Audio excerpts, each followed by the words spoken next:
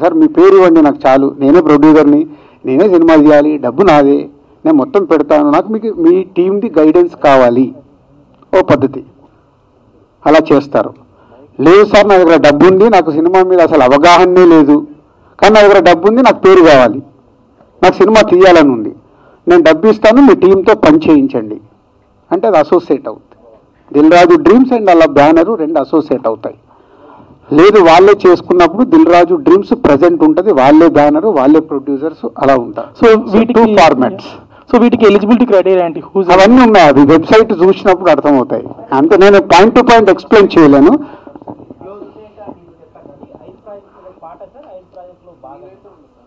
Dil Raju dreams 2025లో Dil Raju dreams ద్వారా 5 projects అనుకుంటున్నారు.